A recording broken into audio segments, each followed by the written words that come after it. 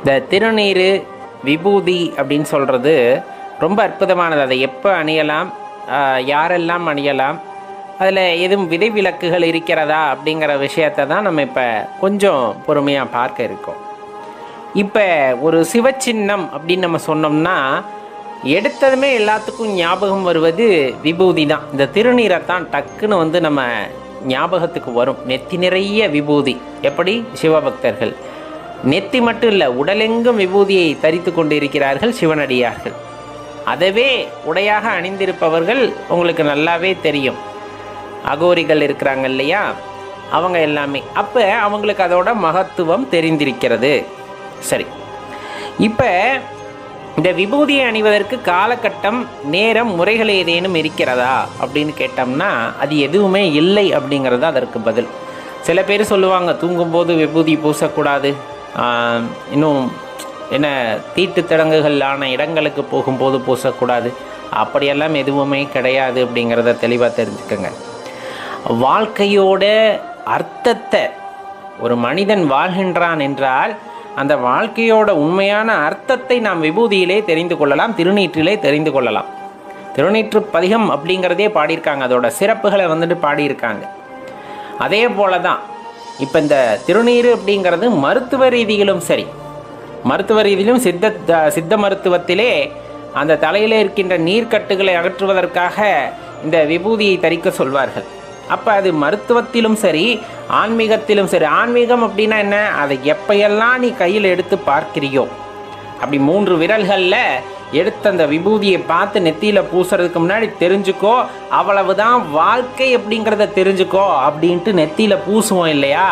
உண்மையாக ஒரு மனிதனாக வாழ வேண்டும் என்றால், மனிதத்துடன் கூடிய மனிதனாக வாழ வேண்டும் என்றால் அந்த விபூதியை பார்த்து அதனுடைய உள்ளர்த்தத்தை தெரிந்து கொண்டு பூசு. அப்போதான் நம்ம மனிதம் உள்ள மனிதனாக இருக்க முடியும் அப்படிங்கிறத தெளிவாக தெரிஞ்சுக்கணும். விபூதியை காலையில் பூசலாமா பூசலாம், மதியம் பூசலாமா பூசலாம், சாயந்தரம் பூசலாமா பூசலாம், தூங்குறப்ப பூசலாமா பூசிக்குங்க, தப்பே கிடையாது. அப்போ தீட்டு திறங்கான இடங்களில் வந்துட்டு பூசிக்கலாமா பூசலாம், அதில் எந்த தவறுமே இல்லை. தெளிவாக தெரிந்து கொள்ள வேண்டிய விஷயம், சிவன் இல்லாத அந்த சிவம் இல்லாத இடம் எங்கு அப்படிங்கிறத தான் நம்ம கேட்க வேண்டிய கேள்வி. அப்படி ஒரு இடம் இருக்கும் என்றால் அந்த நேரத்திலே, அந்த காலத்திலே, அந்த இடத்திலே நீங்கள் திருநீரை தரிக்க தேவையில்லை. அப்படி எதுவுமே கிடையாது. நீங்கள் உதாரணத்திற்கு எடுக்கலாம், ஒரு மனிதன் உயிரை விட்டுவிடுகின்றான் என்றால் நான் சொல்வது சவமோ பிணமோ, அந்த சவத்தை கூட குளிப்பாற்றி நெற்றி நிறைய விபூதி பூசுகின்ற பழக்கம் இருக்கிறதா இல்லையா? இருக்கிறதல்லவா? அந்த உடலை, அந்த சவத்தை சிவமாக பார்க்கின்றோம், இறைவனாக பாவிக்கின்றோம். அப்போ நம்ம எந்த நேரத்திலும் விபூதியை தரிக்கலாம் அப்படிங்கிறத தெரிஞ்சுக்குங்க.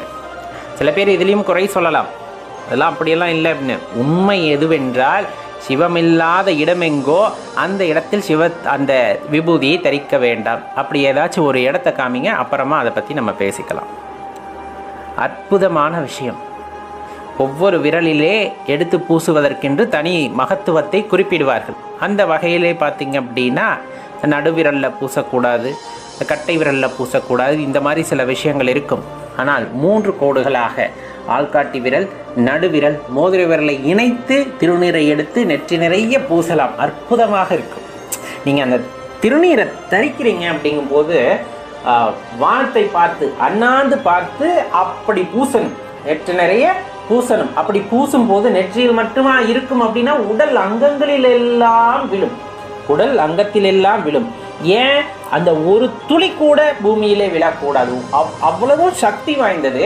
அதை வீணாக்க கூடாது அப்படிங்கிறதுக்காக என்ன பண்றாங்கன்னா, அண்ணாந்து பார்த்து அந்த ஆகாயத்தை பார்த்து விபூதியை தரிக்க வேண்டும் அப்படின்னு சொல்லுவாங்க. அப்படி தரிக்கும் போது இருக்கின்ற ஆனந்தத்திற்கு ஈடு இணை எதுவுமே இருக்காது. அப்புறமா தீட்சை வாங்கினவங்களா இருந்தால் முறைப்படி சில இடங்களை குறிப்பிட்டு சொல்வார்கள். அந்த இடங்களில் எல்லாம் நம்ம திருநீர் தரித்திருக்க வேண்டும். இல்லை என்றால் உடல் முழுவதும் நாம் பூசிக்கொள்ளலாம். சில அடியார்கள் எல்லாம் இருப்பார்கள், அப்படியே திருநீர் தர்றாங்க அப்படின்னா உள்ளங்கையில் வாங்கி அப்படியே நெத்தி நிறைய பூசிப்பாங்க. அவங்களெல்லாம் பார்க்கும்போது நம்மளுக்குமே ரொம்ப சந்தோஷமாக இருக்கும். அப்பா என்ன ஒரு பக்தி அப்படின்ட்டு. ஏன்னா இன்றுமே இருக்கிறது அல்லவா. சிவன் சொத்து குலநாசம்னு சொல்லிட்டு அங்கே வாங்குற திருநீரை கூட கோவிலே விட்டு வர்றவங்க. அது என்ன சொல்கிறதுன்னு எனக்கு தெரியல. வாங்கினது வரத்தை கோவிலிலே விட்டு வரக்கூடிய ஆட்கள் நம்மாட்களாகத்தான் இருப்பார்கள். சிவன் கோவிலே போய் கொடுக்கின்ற பிரசாதம் அப்படிங்கிறது அந்த விபூதி. அது நீ வாங்கிய வரம், அந்த வரத்தை வேண்டாம் என்று விட்டு வரக்கூடிய மனப்பான்மை அப்படிங்கிறது நம்மாட்களுக்கு மட்டும்தான் இருக்கிறது. அது எவ்வளவு சொன்னாலும் வந்துட்டு அதை ஏற்றுக்கொள்வதற்கு யாருக்குமே மனமில்லை. சரி, அவர்களுக்கு கிடைத்த வரம் அவ்வளவுதான் அப்படின்னு நம்ம நினச்சிக்க வேண்டியதுதான். அதனால தான் சொல்கிறேன், திருநீர் வாங்குறீங்கன்னா தயவு செய்து சிவன் கோவிலே கொடுக்கப்பட்ட திருநீரை வீட்டில் வாங்கி வந்து வெய்யுங்கள். அது மருந்து அப்படின்னு சொல்லக்கூடியது. தீராத வினையெல்லாம் தீர்க்கின்ற திருநீற்றின் மகிமையை பெருமக்கள் பாடியிருக்கிறார்கள். அதை கேட்டாலே புரியும். திருநீர் எல்லா நோய்களையும் குணமாக்கும் அப்படிங்கிறதையும், ரொம்ப இக்கட்டான சூழ்நிலைகளில் இருந்து நம்மை மீட்டு வரக்கூடியது திருநீர் அப்படிங்கிறது, அதோட மகத்துவத்தை தெரிந்தவர்கள் கண்டிப்பாக அறிந்து வைத்திருப்பார்கள். அதனால தான் சொல்றது, திருநீரை எப்பொழுது தரிக்கலாம், எப்போ வேண்டாலும் தரித்துக்கலாம், எந்த நேரத்திலும் தரித்துக்கலாம், தவறே இல்லை. அதை வீணாக்கக்கூடாது. அது மாமருந்து.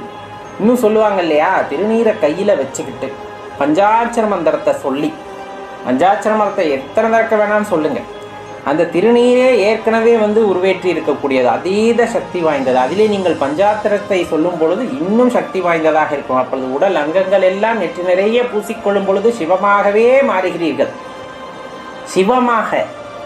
சிவமாகவே மாறுகிறீர்கள். உள்ளே எந்த பற்றற்ற நிலையிலே நீங்கள் அதை தரிக்கும் பொழுது சிவமாகவே மாறுவீர்கள். அப்படி ஒரு ஆனந்த நிலைக்கு செல்வீர்கள். அதைத்தான் நாம் சிவம் என்று குறிப்பிடுகின்றோம். சிவனாக என்று கூட இல்லை, சிவமாக அப்படின்ட்டு நம்ம குறிப்பிடுகின்றோம். தெளிவாக தெரிந்து கொள்ள வேண்டிய ஒரு விஷயம்.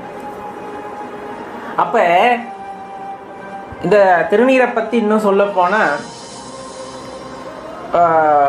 உயிர் சத்துக்கள் அப்படின்னு சில விஷயத்த சொல்லுவாங்க, உயிர் பொருட்கள் அப்படின்னு சொல்லிட்டு. அந்த திருநீர் தயாரிக்கிற முறையில் அந்த உயிர் பொருட்களையும் சேர்த்து அந்த திருநீரை தயாரிக்கிறார்கள் என்றால் அது ரொம்ப சக்தி வாய்ந்தது. அது சில சூட்சமம் தெரிந்த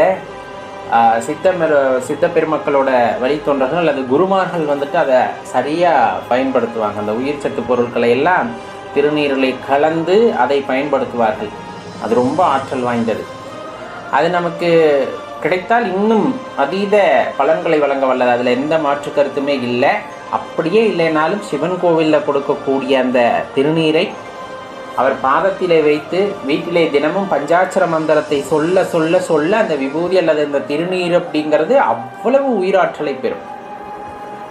அதை பின்னர் தரித்து கொள்வது அப்படிங்கிறது அந்த உயிர் சத்துக்களை சேர்த்த பின் அந்த திருநீர் என்ன பலனை உங்களுக்கு தருமோ அதே பலனை தரக்கூடியது பஞ்சாட்சர மந்திரத்தை சொல்லி நீங்கள் பூசுகின்ற திருநீர் அப்படின்னு சொல்றது.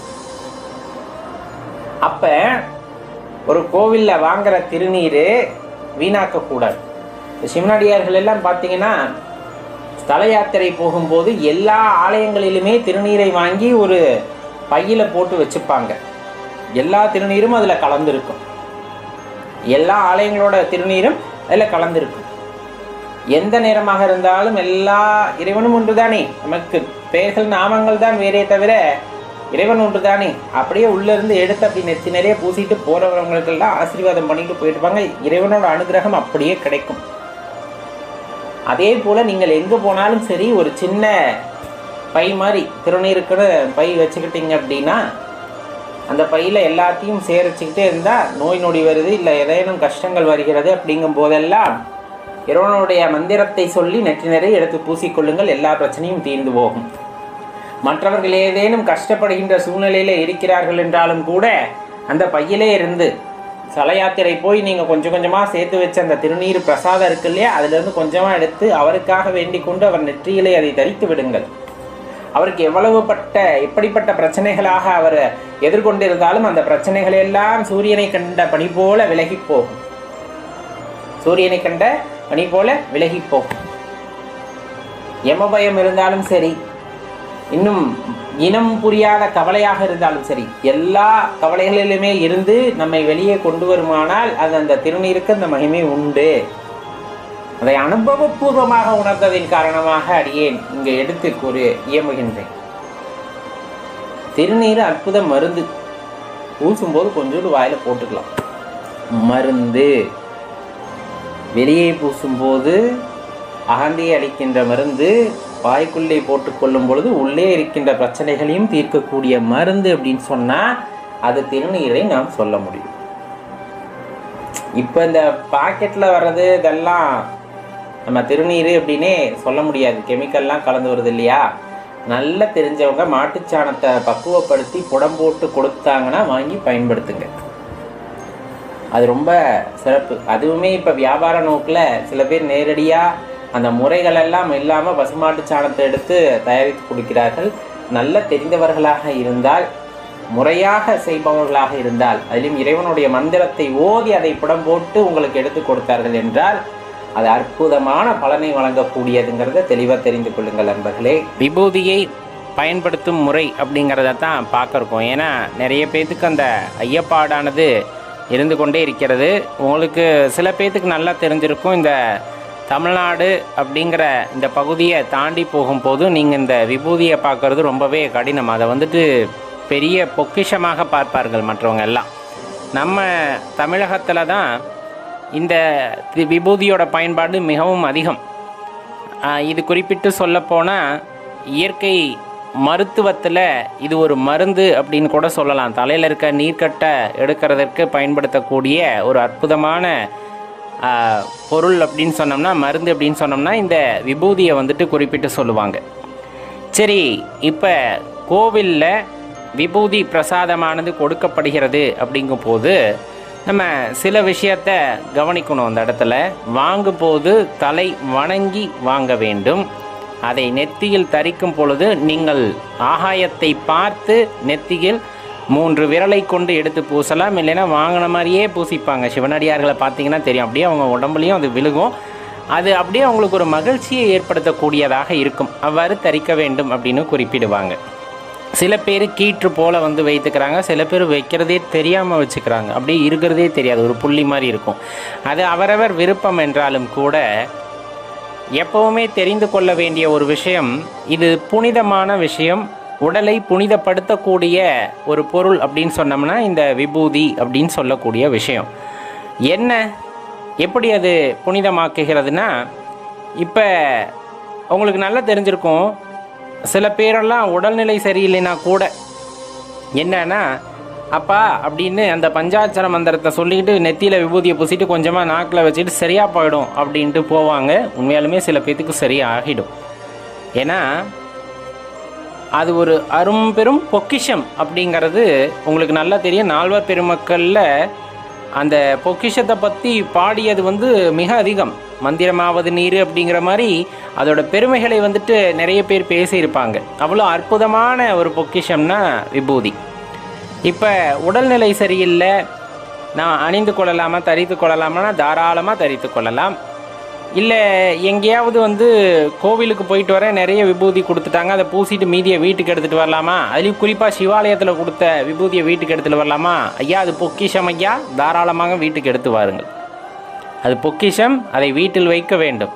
கோவிலில் தூண்கள்லையும் அங்கே சுவர்களிலும் கொட்டுவதற்கு விபூதி அல்ல, தெளிவாக தெரிஞ்சுக்குங்க. அது வாங்கின வரத்தை அப்படியே கொடுத்துட்டு வர்ற மாதிரி ஏன் அப்படி பண்ணுறாங்கன்னு தெரியல. தெளிவாக தெரிஞ்சுங்க. அதை வீட்டுக்கும் கொண்டு வந்து அதை பயன்படுத்தலாம். மனது ரொம்ப கடினமான நேரத்தில் இருக்கும்போது அதை எடுத்து நெத்தியில் தரித்து கொள்ளும் போது அதற்கான விடை உங்களுக்கு கிடைக்கும். கண்டிப்பாக அதிலிருந்து வெளிவரக்கூடிய தீர்வானது கட்டாயமாக கிடைக்கும். அதில் எந்த மாற்று கருத்துமே உங்களுக்கு தேவையில்லை. இப்போ சில பேர் வந்துட்டு உடல்நிலை சரியில்லாதனால நான் குளிக்கிறது இல்லை, அந்த நேரங்களில் நான் விபூதி பூசலாமா? அதே போல் பெண்கள் வந்து மாதவிடாய் காலத்தில் விபூதியை அணிந்து கொள்ளலாமா? அது தீட்டுன்னு சொல்கிறாங்களே, அணிந்து கொள்ளலாமா அப்படிங்கிற மாதிரியெல்லாம் கேள்விகள் எழுவது அல்லவா? தெளிவாக தெரிந்து கொள்ள வேண்டும். விபூதிக்கு எந்த தீட்டும் கிடையாது. விபூதியால் தீட்டு போகும் சொல்லப்போனால். அதாவது உடலை சுத்தப்படுத்துவதோடு மட்டுமல்லாமல் மனதையும் சுத்தப்படுத்துவது இந்த விபூதி பிரசாதம் அப்படிங்கிறத தெரிந்து கொள்ளுங்கள். அப்படி என்று பார்த்தால் இப்போ உடல்லேருந்து உயிர் பிரிந்ததுக்கப்புறம் உடல் சவமானதுக்கப்புறம் கூட அந்த சவத்துக்கும் வந்து விபூதியை பூசுவார்கள், பார்த்திருப்பீர்கள். அப்போ எந்த இடத்துக்கு அது தீட்டு அப்படிங்கிறது பொருந்தும் அப்படிங்கிறத கொஞ்சம் நம்ம யோசித்து பார்க்கணும். மருத்துவ ரீதியாகவும் சரி, ஆன்மீக ரீதியாகவும் சரி. விபூதியை வந்து தாராளமாக ஈஸ்வரனை நினைத்து அல்லது உங்கள் இஷ்ட தெய்வத்தை நினைத்து நெற்றியில் தரித்து கொள்ளலாம். அது நம் உரிமை, நமது அடையாளம், அதே போல் நம் பண்பாடு அப்படிங்கிற விஷயம் அதில் நிறைந்து காணப்படுகிறது. இப்போல்லாம் நிறைய பேர்த்த வெறும் நெத்தியோடு பார்க்குறக்கே ரொம்ப மனசு சங்கடமாக இருக்குது. ஏன்னா அதில் என்ன அப்படின்னு தெரியல. வெறும் நெத்தி அப்படிங்கிறது அதாவது அது தவிர்க்கப்பட வேண்டிய ஒன்று. அது அடையாளங்களுக்காக அல்ல, மருத்துவத்தின் ரீதியாகவும் இன்னொன்று நம்மளோட பண்பாட்டின் ரீதியாகவும் நாம் விபூதி தரித்து கொள்வதோ அல்லது திருமல் நிட்டுக்கொள்வதோ நம்மளுடைய பாரம்பரியம்.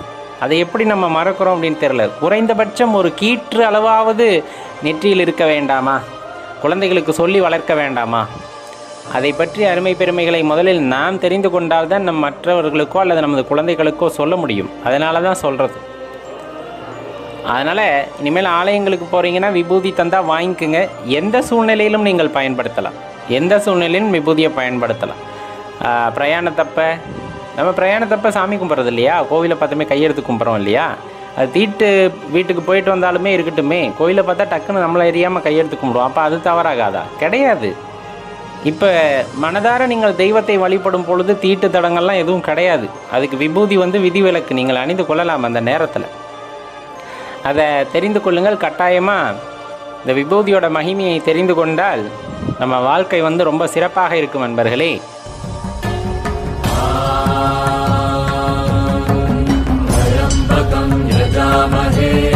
சுகந்திம் புஷ்டிவர்தனம் பூர்வாருகமிவ பந்த